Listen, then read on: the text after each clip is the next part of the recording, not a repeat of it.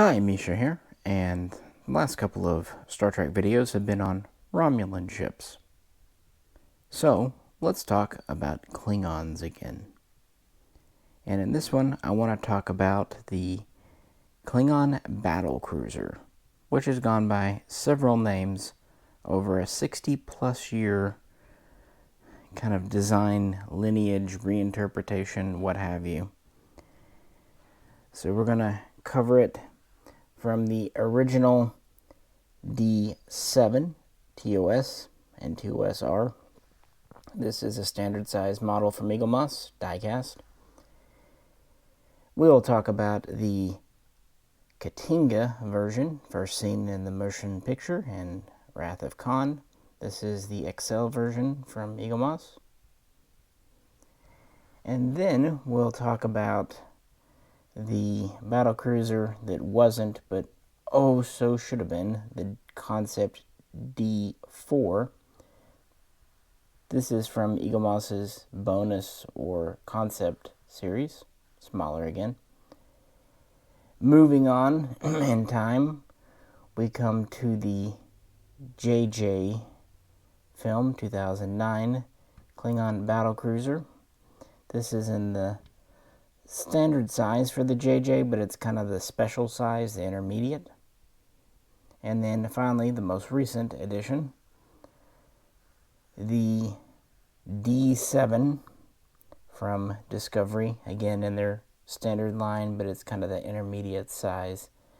And this one stirred a lot of feelings in people. And I want to talk about how it kind of connects to the original and how this ship, while it was probably the most iconic alien ship from Star Trek for decades, has always been kind of general and vague.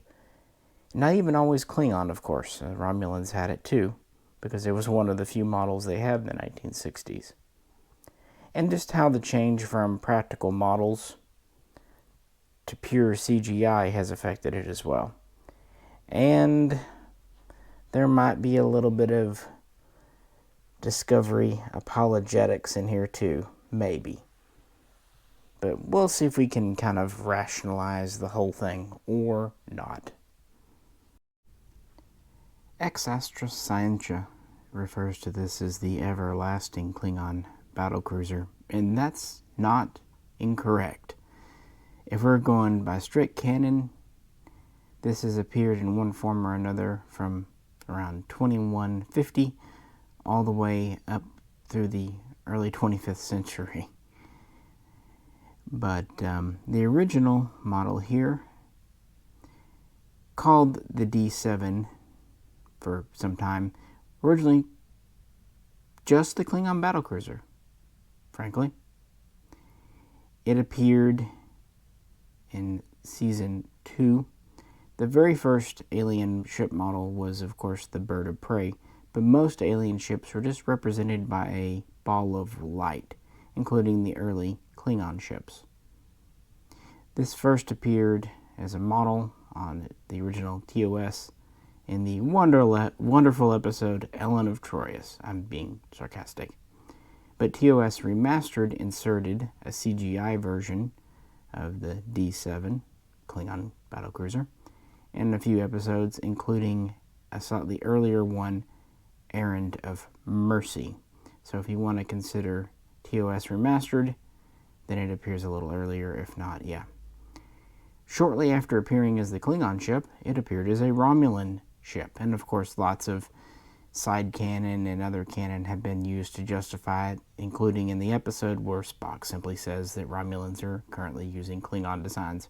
Of course, the real world reason is that it was the best model they had, and for whatever reason they didn't have access to the original Bird of Prey. But again, in TOS Remastered, they actually have two of these Romulan D7s and one Bird of Prey CGI. We know very little about this ship. Even its size is debatable. Commonly, places will say between 200 and 250 meters, with about 220 to 230 being a standard. But this is not really confirmed. We know that it has a crew roughly equivalent to a Constitution, so 400 to 450. We know that it's capable of reaching warp 9, at least temporarily, in old scale, because it can keep up with the Constitution. We also know that it has 4 impulse exhausts. This is said to be for extra maneuverability at sublight. And we know that it's armed with disruptors, sometimes called phasers, and photon torpedoes, typically in the front. Interestingly, most consider this divot in the ball here in the front to be the torpedo launcher, something kind of confirmed by the movies. But in reality, when the model was first made, that was actually supposed to be the deflector dish. Deflector here, nacelles there. Of course, impulse engines in the back. But times change. And of course, the bridge is in this dome here with the neck and pretty 1960s style paneling. Part of it was the construction methods and funding they had at the time, but a big part was these were being viewed on small screen televisions. Even when I was a kid, 19 inches was big, and a lot of people had 13 inches, 15, and in the 60s, a lot of people still had black and white. There wasn't a whole lot of reason to give a whole lot of detail and cost. So today we kind of think of that as the TOS aesthetic. In reality, it was just the constraints of 1966, 1969. In Universe, these start off without cloak, but they do start to acquire it by around 2269.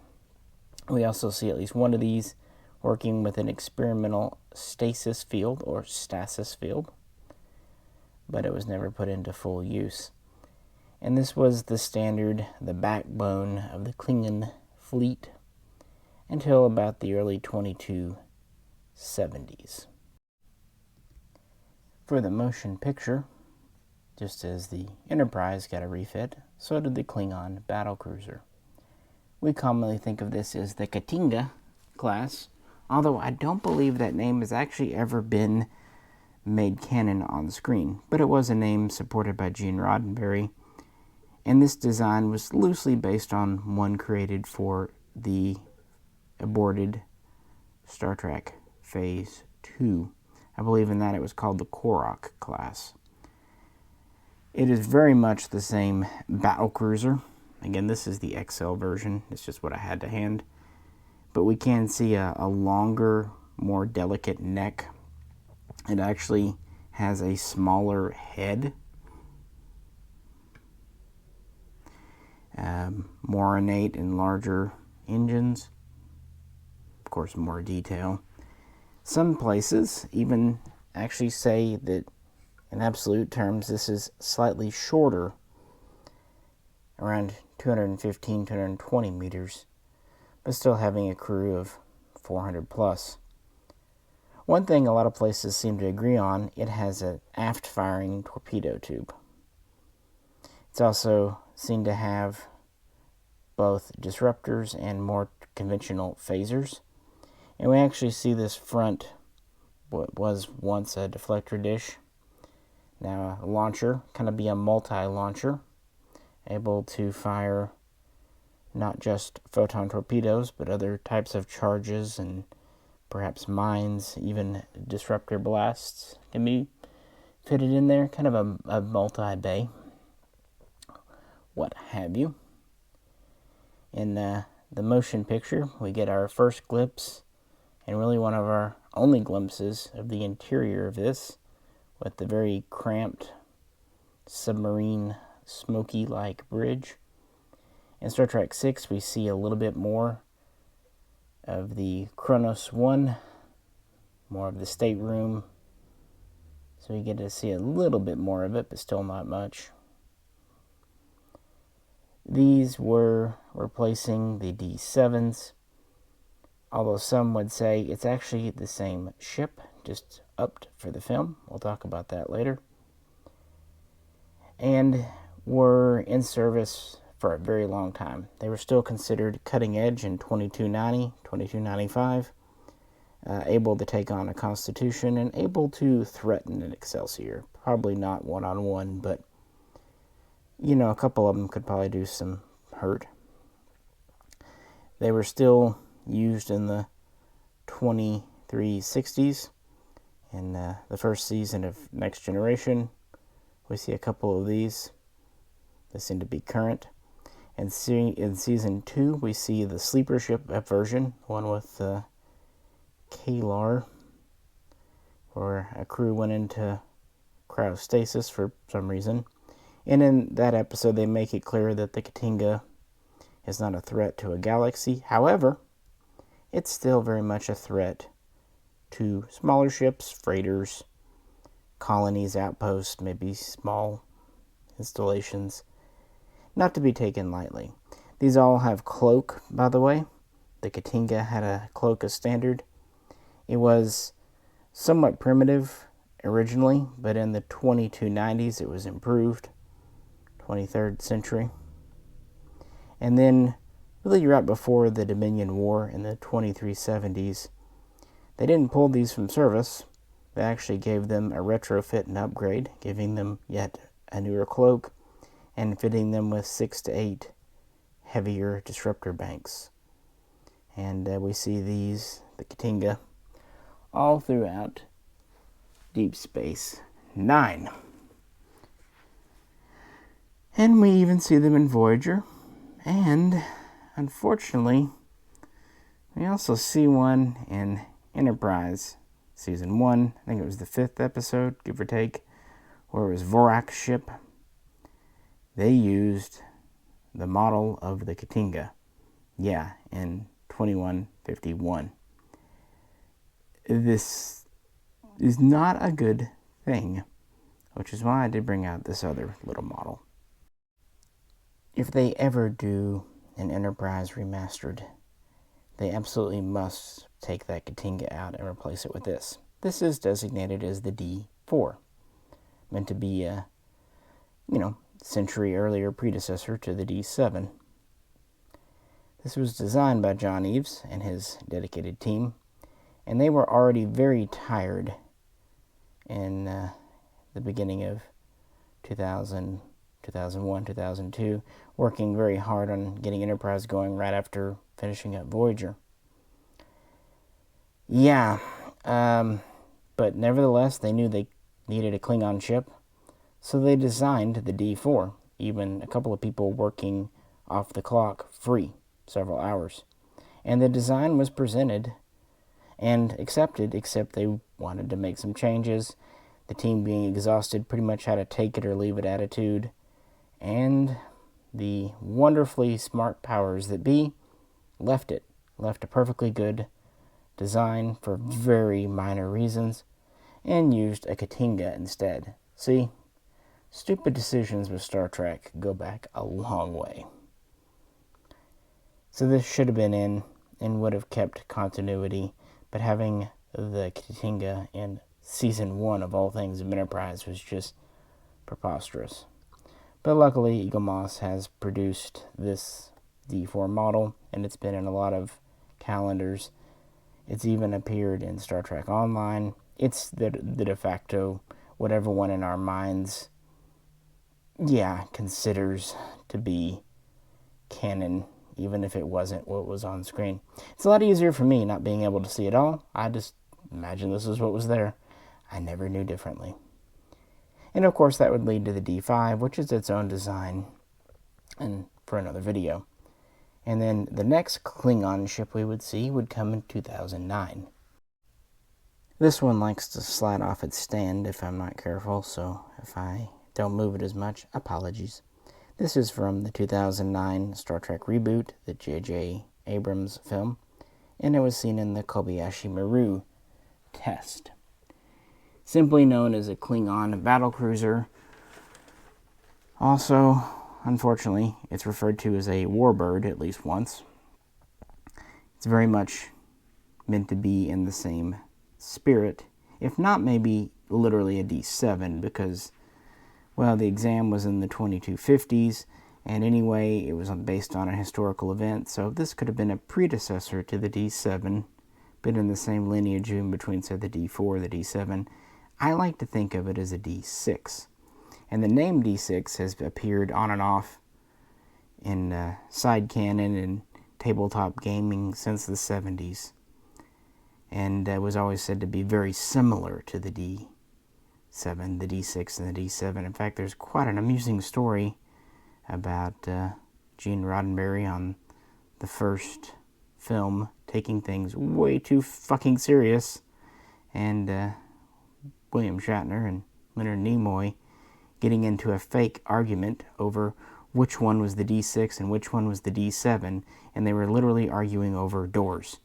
One of them said this ship had 2 doors and this ship had 4, and back and forth, literally wasting time just to piss Roddenberry off and kind of push him over the edge and get him to laugh. That kind of makes me laugh because my mother and I used to do that to my father. We'd get in the vehicle and mock argue, and it would drive him nuts. You could tell he wished he could just open the door and dive in the traffic, but it was all in fun. Kind of goes to show you, even though Roddenberry took a lot of stuff serious, even he knew when to go, it doesn't really matter. And that's kind of how canon has to be taken seriously, but not too seriously. But yeah, we've had this one in the collection for a few years, and while I would not call it a D7 or a Katinga, it does kind of fit right in between the Enterprise era and the TOS or TMP era, like with these spines on the neck, kind of reminiscent a bit of Enterprise, and just the flatter, squatter back here.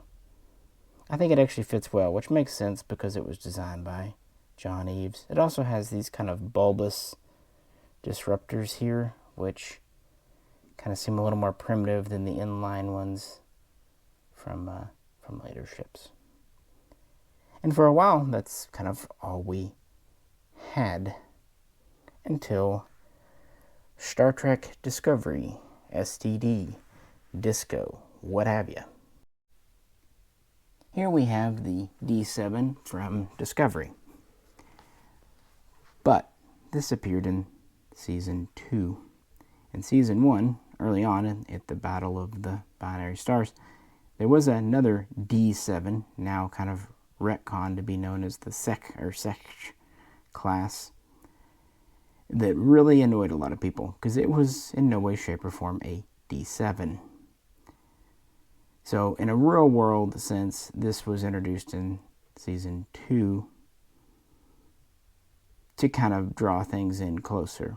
Same reason Klingons grew hair. Of course, this was after writers changed and all that. We can have an episode on all that drama later.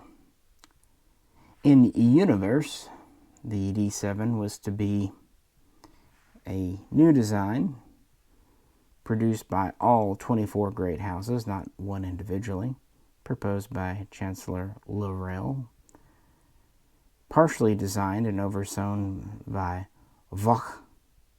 That's a fun name to say, Voch or Voch, if nothing else, and approved by the new High Council.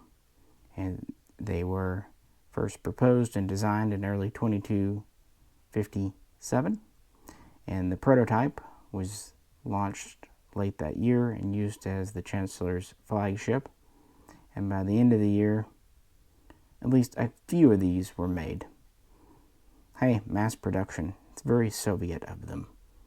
Once you decide to do it, do it. Now, in Universe, this is supposed to be the same D7 as from TOS, at least an earlier version or variant. But they left room saying, well, they could replace these more ornate, more exposed working nacelles with the more streamlined nacelles. That makes sense. And they could always replace the bridge module or even the entire head. But they do point out that 1960s standards would not work today, introducing a true D7 like over here on today's 4K and even 8K and all that high definition While it would actually be nice once for an episode, for example, the Trouble with Tribbles dedication episode from Deep Space Nine, Trials and Tribulations. Seeing it once is nostalgic. Seeing it multiple times kind of ends up being jarring. So adding panel lines, kind of bringing the color more to the green spectrum versus gray, to me seems excusable. Otherwise, the specs should be the same. Crew of roughly 400, disruptors, max warp. But of course, there is the one problem with Discovery where they scale everything up. According to the size chart, this is over 500 meters long. While I actually do think 200 to 250 meters is perhaps a little short, considering so much of that length would be neck, and if you want to really squeeze in 400 people, even Klingons, maybe especially Klingons, maybe a little longer. Keep in mind the original Constitution was just under 300 meters, with the refit being just over 300 meters. 500 is ludicrous. But what I've discovered with a lot of the Discovery measurements, if you divide them by 2/3, you get a much more reasonable size of about 335 meters. Which, when you consider, again, a lot of this is neck and head, and some of it is engine sticking out the back, leaves you with a couple hundred meters of usable space in the middle for decks and what have you. I could accept that. And again, the sizes are just charts. They're not said on screen. So that stuff is side canon, secondary or beta canon even, until it's literally said on your TV. But at any rate, this was introduced in 2257 and is supposed to be the same basic D7, and perhaps even the same as the Katinga that was the backbone of the fleet in one way or the other up through the Dominion War. So with that, what are my thoughts and headcanons, and what do I think of each of these models? Just, me being me. Alright, took them off the stands for easier handling and arranged them chronologically. Rather, in-universe, fictitious chronologically, not in the order they were created in the real world. So let's talk about it. First, the so-called D4. This has to exist. Again, a Katinga and an Enterprise. It's one thing to have an old ship appearing, like we see the Katinga in Deep Space Nine, even Voyager. Heck, we could even see it in the 25th, 26th century. But to see it early is just, and that early is just not possible. I really do enjoy the Enterprise Klingon design aesthetic. It's very Klingon, but it's more archaic, like these kind of open nacelles and the piping around the necks. This we see on a lot of the Klingon ships. But then we have the very, very identifiable front end, but it is kind of not blockier exactly, that's not the right word, but more simplistic. And it's very clearly a full-size cruiser. We of course see a bird of prey in Enterprise and the D5, but the D5 is pretty flat and kind of a smaller crew. This looks like a good earlier Klingon ship, and again one we had to have. So thanks again to Eves and all his team, even if they weren't appreciated at the time.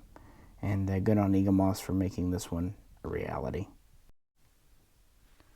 Chronologically speaking, next we have the Battlecruiser from J.J. Abrams.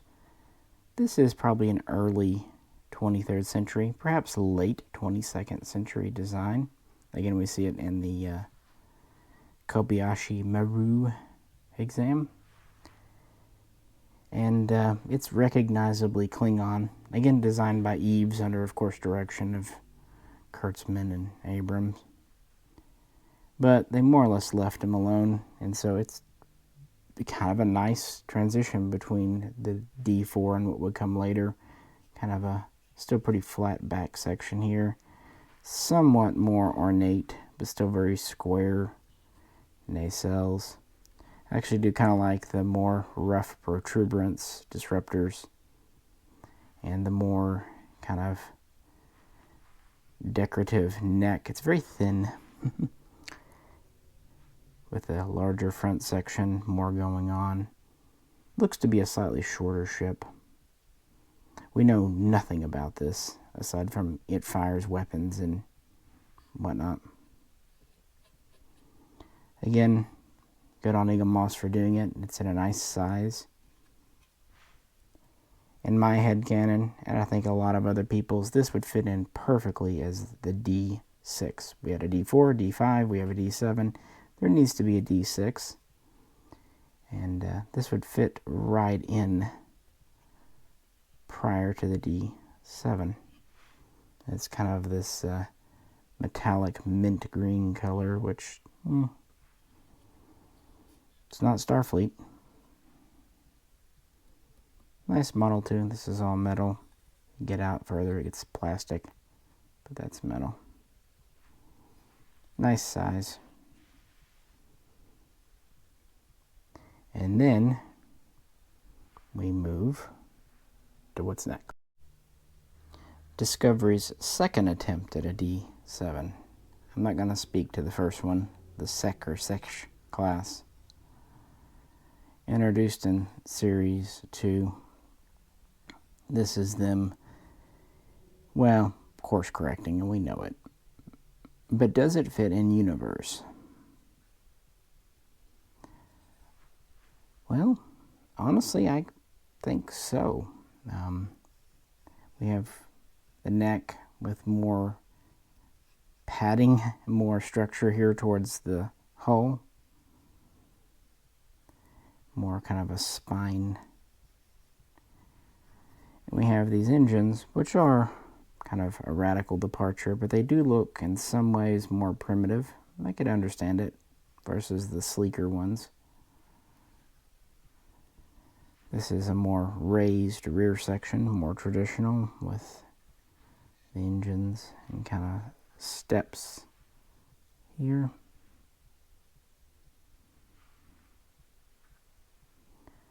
And we have a pretty standard front end, with the major difference being a slightly lower and kind of flatter topped bridge area. Now, if we exclude the ridiculous 500-meter length, like I said, I suggest maybe scaling it 2/3 to 335. Again, I kind of always felt the other Battlecruisers were a little too short. I'm happy with around 300, but that's just headcanon. Does it fit in? Could it fit in? Could it transform into the TOS version here? What an iconic design. Next to the Enterprise, the most recognizable ship, I would argue, from TOS. And I think at the time, just nice to see another alien ship on offer. And it is very alien looking, with the nacelles very flat and square compared to the very round Federation. Again, this was originally supposed to be a deflector. We can still call it that, or a weapons. And a very cylindrical bridge versus the type we see on the Federation. Just a very different design, but it still has all the same elements: impulse, warp engines, bridge. And it's a product of its time. Very smooth. Very little hull detail. It doesn't even really have engine detailing in the back, because most of the time in the series we see it from the front, kind of at this angle, mostly focusing on the head, which explains why most of the detailing is here and then kind of on the neck. So could the Discovery become this? Not really. But that may not be such a bad thing, to be honest with you. Because if we presented this today, I know it's kind of a trite argument, but you know it's true. It was neat to see in that one episode of Deep Space Nine. But even later on, in Voyager, in the Prophecy 7th season, when they mention D7, they actually show the Katinga. Even by the standards of the late 90s, a model like this, unless you're doing a dedicated commemorative episode, would look a little bland. But I could see, if you took this, simply adding more detail, how the Discovery version could turn into it. Swap out the bridge module. I have no problem with the warp engines. I would imagine they're pretty easily detachable. That would be the main reason for having them so exposed. And I could see a more squared off, streamlined version being more advanced. So unbolt the more clunky ones, putting on these. The lines are there. Again, the neck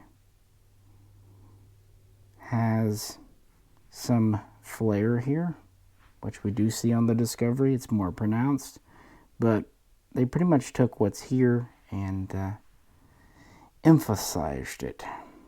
If you look back here,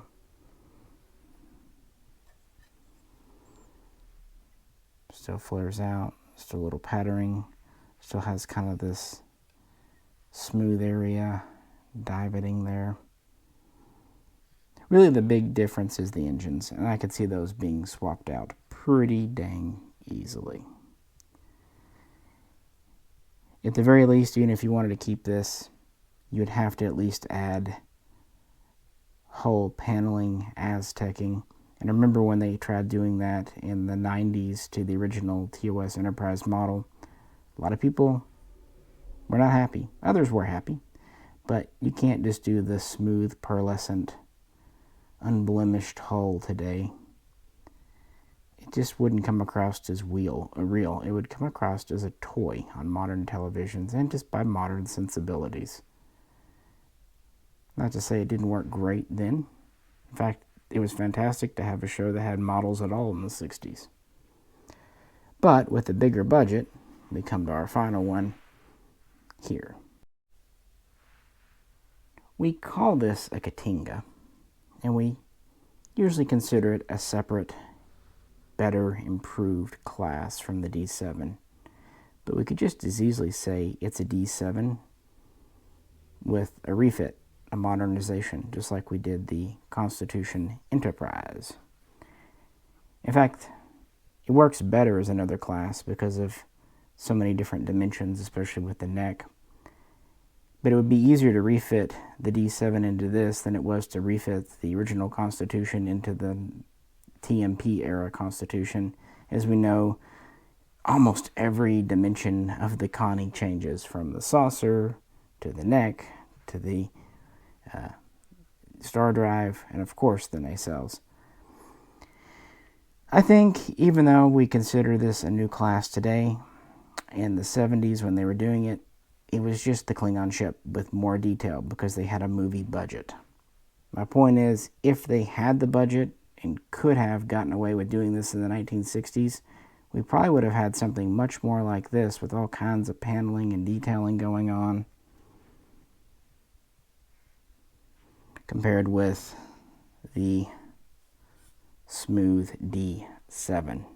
And I think that's why the Katinga type has lasted so long and has been used even at times when the D7 model probably would have been better. Again, I point you to the Voyager episode. That would have been nice to see an actual D7 there, but oh well. But of course, as I've said many times already, the thing in Enterprise was truly unforgivable. So that's kind of what I think. What do you think? And all in a row one more time. Of course, the newer ones are CGI inspired. The other ones are physical model inspired.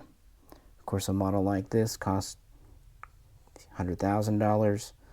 Model like this in today's money would have cost $1 million more.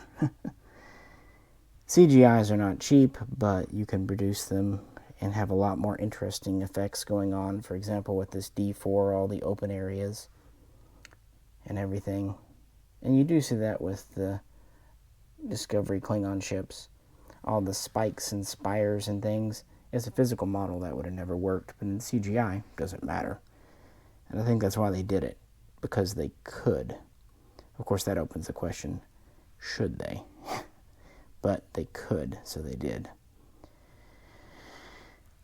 The thing is, if you look at the Klingon fleet, barring the other discoveries, but if you look at Next Generation, Deep Space Nine, Voyager, the movies, and you put this one from Discovery in, it's not the odd man out. The truth is, the original D7 is kind of your odd man out.